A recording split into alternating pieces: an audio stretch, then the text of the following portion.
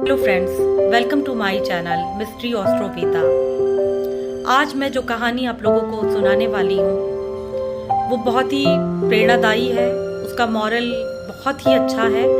मैं चाहती हूँ स्टोरी सुनने के बाद आप सभी उस मॉरल को एक्सेप्ट करें और मुझे अपने व्यूज़ कमेंट सेक्शन में देना बिल्कुल ना भूलें। शुरू करते हैं स्टोरी। एक बार एक गांव में एक धर्मात्मा पुरुष आते हैं। एक संत होते हैं। वो कुछ अपने शिष्यों के साथ आते हैं और उस गांव के बाहर वो शिविर लगा के रुक जाते हैं, क्योंकि आए दिन उन्हें गांव के लोगों को शिक्षा देनी होती थी। वो ऐसा हमेशा ही करते होते हैं। कुछ कुछ दिनों पर वो नए नए गांव में जाकर लोगों को अपने ज्ञान की ऊर्जा से ऊर्जावान करते हैं। इसी क्रम में वो उस गांव में आते हैं और वहां बाहर एक कुटी बनाकर रुक जाते हैं। अक्सर क्या होता है, गांव के लोगों से वो भिक्षा मांगने जब निकलते हैं सवेरे के टाइम, तो कुछ लोग तो उन्हें भिक्षा देते हैं, कुछ लोग बिल्कुल नहीं देते, उल्टा उनकी बुराई करते हैं। उनके शिष्यों को भी बहुत ही भला बुरा कहते हैं। शिष्यों को बहुत क्रोध आता है। शिष्य सोचते हैं कि जाकर हम उन्हें सुना दें कि पहले तो ज्ञान प्राप्त करो, उसके बाद इस तरीके की बातें करो। मगर जो उनमें ज्ञानी पुरुष संत थे वो अपने शिष्यों को रोक देते थे। कहते थे कि हमारे शिक्षा प्रद होने का क्या मतलब होगा, उस ज्ञान का क्या मतलब होगा अगर तुम जाकर उन्हें क्रोध में ही जवाब दोगे। शांत रहो। इस तरीके से कुछ दिनों बाद वो उस गांव से जाने लगते हैं। गांव के लोग उनको छोड़ने भी नहीं आते। तो जाते जाते गांव के बाहर वो अपने शिष्यों से क्या कहते हैं कि इस गांव के लोग यहीं पे रहें तो अच्छा होगा। शिष्यों को ये बात सुनकर बहुत आश्चर्य होता है। उन्हें लगता है कि क्यों गुरुजी ऐसा कह रहे हैं कि इस गांव के लोग यहीं पे रहें, जबकि उन लोगों ने हमारा कितना अपमान किया, हमें खाने के लिए भोजन तक नहीं दिया, इवन हमने उन्हें बहुत सारी शिक्षा दी, उनकी इतनी हेल्प की। वो उन्हें समझ में नहीं आती है वो बात। उस समय गुरुजी से उनकी पूछने की हिम्मत नहीं होती है। इस तरीके से वो वहां से चले जाते हैं। कुछ दिनों के बाद वो दूसरे गांव में जाते हैं और वहां भी इसी तरीके से बाहर कुटी बनाकर रहते हैं और सुबह के टाइम भिक्षा मांगने का काम करते हैं। ऐसा उनका रोज का काम रहता है। लेकिन उस गांव के लोग जब उस धर्मात्मा के संपर्क में आते हैं तो बहुत प्रसन्न होते हैं, बहुत सेवा सत्कार करते हैं। इवन उनकी कुटी फलों से भोजन से भरी ही रहती थी। बाहर शिविर जहाँ पे उनका लगा हुआ था वहाँ पे सारे गांव के लोग एक टाइम या 2 टाइम आकर बैठते थे और उनसे सारी शिक्षा की बातें भी लेते थे। ऐसा करते करते एक बार उनके जाने का टाइम आ गया। गुरु बहुत प्रसन्न थे, उससे ज्यादा प्रसन्न उनके शिष्य लोग थे, क्योंकि पहली बार इस तरीके से उनका सामना ऐसे लोगों से हो रहा था जो वाकई बहुत ही अच्छे दिल के थे, ईमानदार थे और बहुत ही सेवा सत्कार वाले थे। उनके सेवा भाव को देखकर शिष्यों को बहुत खुशी मिलती है। फिर उनके जाने का टाइम आ जाता है, लेकिन शिष्यों का मन नहीं करता वहां से जाने का, क्योंकि उनका एक्सपीरियंस बहुत खराब हुआ था।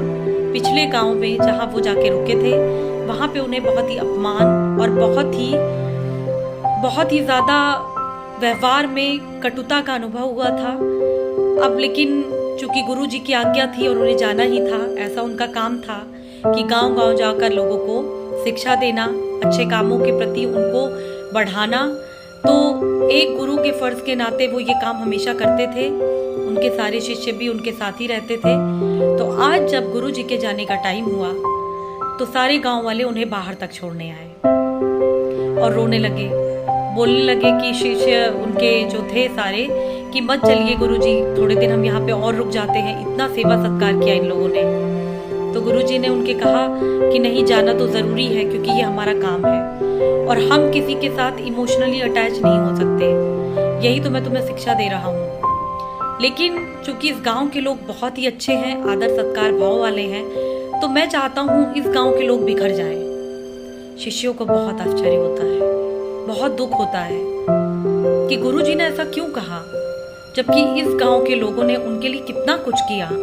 एक भी दिन ऐसा नहीं था जब वो फल और दूध और बिना भोजन के सोए हों। लेकिन फिर उनकी हिम्मत नहीं हुई कि वो गुरुजी से कोई प्रश्न कर सके। लेकिन जब वो गांव के बाहर आए कुछ दूर चलकर, तो एक शिष्य ने बड़ी हिम्मत करके गुरुजी से पूछा, गुरुजी, हमें एक बात समझ में नहीं आई कि पिछले गांव के लोग इतने क्रूर थे और इतनी दुष्टता की उन लोगों ने हमारे साथ, फिर भी आपने कहा कि इस गांव के लोग यहीं रहे। और जबकि इस गांव के लोगों ने हमारी इतनी सेवा की, इतने अच्छे लोग थे, तो आपने उन्हें कहा कि वो बिखर जाएं। इससे तो उनका अपना घर भी छूट जाएगा और वो बेचारे कहाँ जाएंगे, बिखर जाएंगे।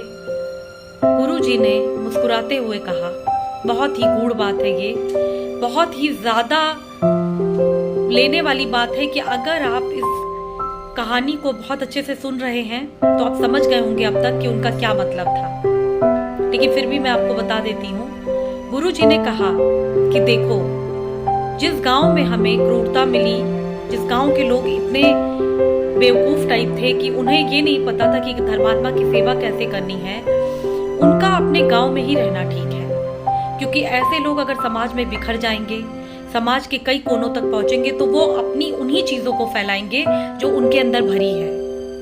उनके अंदर क्या भरा था? वो लोगों से नफरत कर रहे थे, वो ज्ञान की वैल्यू नहीं समझ रहे थे, लोगों को खाना देने में, भोजन देने में उनकी बहुत ही आत्मा सूख रही थी। तो ऐसे लोगों को सिर्फ एक जगह रहकर ही गंदगी फैलाने दो। लेकिन जिस गांव के लोगों ने हमारे लिए इतना कुछ किया, इतनी सेवा भाव की, उनका बिखर जाना ही ठीक है। क्योंकि जब वो और लोगों के साथ में आएंगे तो हो सकता है वो उनके भी व्यक्तित्व को चेंज कर पाए, जिनका व्यक्तित्व इस तरीके से सिकुड़ा हुआ होगा। तो गुरु जी की बात शिष्यों की समझ में आ गई और शिष्यों ने उन्हें प्रणाम किया। गुरु की महिमा तो कहने से खत्म नहीं होती। आप जानते हैं कि हमारा जो भी गुरु होता है वो हमसे एक्सपीरियंस में, अनुभव में कहीं कहीं बहुत ज्यादा आगे होता है। तो उनके शिष्यों को अपना ऐसा गुरु पाकर तो वो धन्य ही हो गए। तो मैं ये चाहती हूँ, इस कहानी का मॉरल क्या है वो आप मुझे ज़रूर बताएं अपने अकॉर्डिंग। और आपकी लाइफ में कौन ऐसा गुरु है जिसको आप छोड़ना नहीं चाहते, जो आपको इसी तरीके से रास्ते पे ला रहा है और आपके रास्तों को प्रशस्त कर रहा है, आपके मार्ग को निखार रहा है। आप मुझे ज़रूर बताएं अपने ऐसे टीचर के बारे में, ऐसे एक्सपीरियंसेस के बारे में। और फ्रेंड्स, इस कहानी का मॉरल यही था कि हमारे अंदर जो होता है हम वही सामने वाले को देते हैं। लेकिन अगर हम किसी अच्छे व्यक्ति के संपर्क में आते हैं, कांटेक्ट में आते हैं, तो हमें भी कुछ अच्छा करने का मौका मिलता है। आप जानते हैं, एक कहावत भी है, देखा देखी पाप, देखा देखी पुण्य। तो इस तरीके से इस कहानी को मैं यहीं पे एंड अप करती हूँ। आपके रिप्लाई का मुझे वेट रहेगा। कहानी पसंद आई हो तो दोस्तों लाइक और शेयर करना बिल्कुल ना भूलें। चैनल को आज ही सब्सक्राइब कर दें। मैं बहुत ही फैंटास्टिक स्टोरी के साथ कल आप लोगों के सामने फिर प्रेजेंट